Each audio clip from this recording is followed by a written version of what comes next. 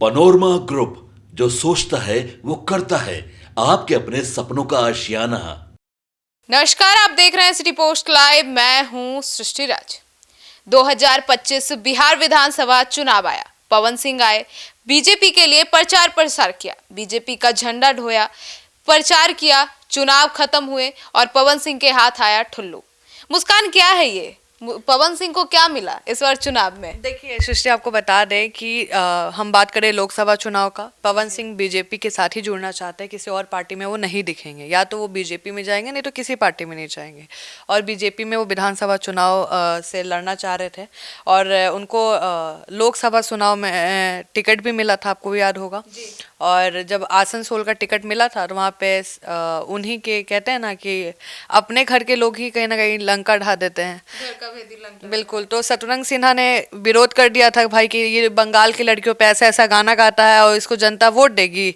और कहीं ना कहीं बहुत विरोध होने लगा सोशल मीडिया पे। तो उनको बोला गया टिकट वापस कर दीजिए, आपके लिए कुछ और देखा जाएगा। पवन सिंह उसी टाइम टिकट वापस करते हैं, लिख के कि कुछ कारण रहे हैं। और उसके बाद आता है विधानसभा चुनाव। पवन सिंह बिल्कुल आउट थे भाई, लग रहा था कि अब प्रशांत किशोर के साथ जाएंगे।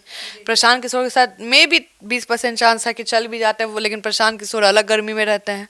बोल देंगे किसी के बाप का घर नहीं है, क्या पता है, मुझे वो शब्द याद नहीं है, लेकिन प्रशांत किशोर भी कहीं ना कहीं बोल दिए थे कि किसी का वो थोड़ा है, कोई भी आ जा सकता है। लेकिन उनका कहने का अर्थ था, पवन सिंह के लोग का कहने का अर्थ था कि पवन सिंह क्या आए हुए हैं, क्या पवन सिंह आपके पार्टी में आएंगे, ये अर्थ था। लेकिन जो जैसा उनके मुंह से निकला, कहीं ना कहीं पवन सिंह को वो अपसेट कर दिया। पवन सिंह ने वो बात भी बताई।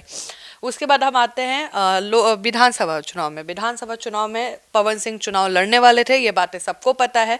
और जब आनंद मिश्रा, आपको याद होगा, आनंद मिश्रा चुनाव लड़ रहे थे, तो कहीं ना कहीं ये बातें आई थी कि पवन सिंह को भी टिकट मिलेगा, ठीक है। और पवन सिंह भी कहीं ना कहीं उम्मीद कर रहे थे, लेकिन उनका भी कहीं ना कहीं, कहते हैं ना कि इस बार घर का ही आदमी था। ज्योति सिंह आ गई, पूरा वायरल कर दिया कि मेरे पति ऐसे हैं। वो गई थी पवन सिंह के पास बोलने कि हमको चुनाव लड़वा दीजिए, हमको चुनाव लड़ना है। पवन सिंह मना कर दिए।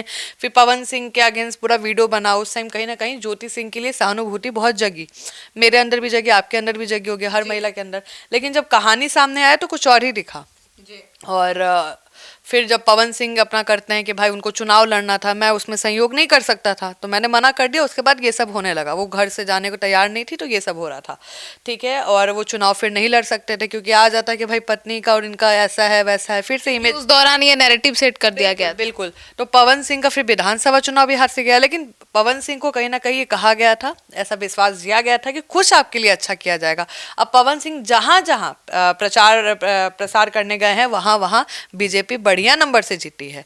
आपको भी पता है, हम 2-3 जगह हम लोग भी देखे हैं। चिराग पासवान के लिए भी गए थे, आनंद मिश्रा के लिए भी गए थे, बहुत लोगों के लिए गए थे। अब पवन सिंह के हाथ में आने वाला है गोल्डन चाबी। क्या है वो गोल्डन चाबी, मुस्कान? बिल्कुल, आपको बता दें, पवन सिंह को मिल सकता है राज्यसभा की सीट। उनकी बातें चल रही है। और आज मनोज तिवारी ने भी कहीं ना कहीं इनडायरेक्टली आज कह दिया है, वो क्या पवन सिंह को राज्यसभा में जाने का मौका मिलेगा? आप लोग दोनों सांसद हैं। नहीं, मिलना ही चाहिए, थोड़ा इंतजार करें, बहुत कुछ मिलेगा उसको। आए थे पटना, छपरा से पटना आए हैं।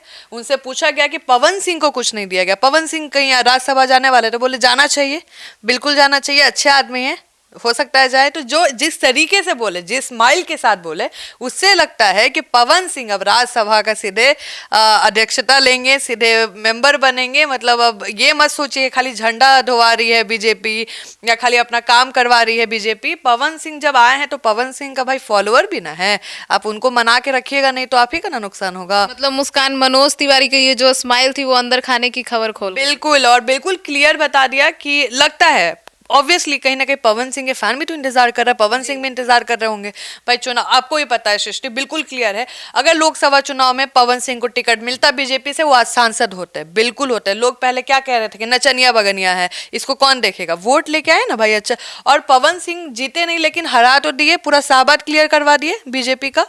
आरा से लेकर कहीं पूरा साबात क्लियर हो गया, एनडीए कहीं नहीं।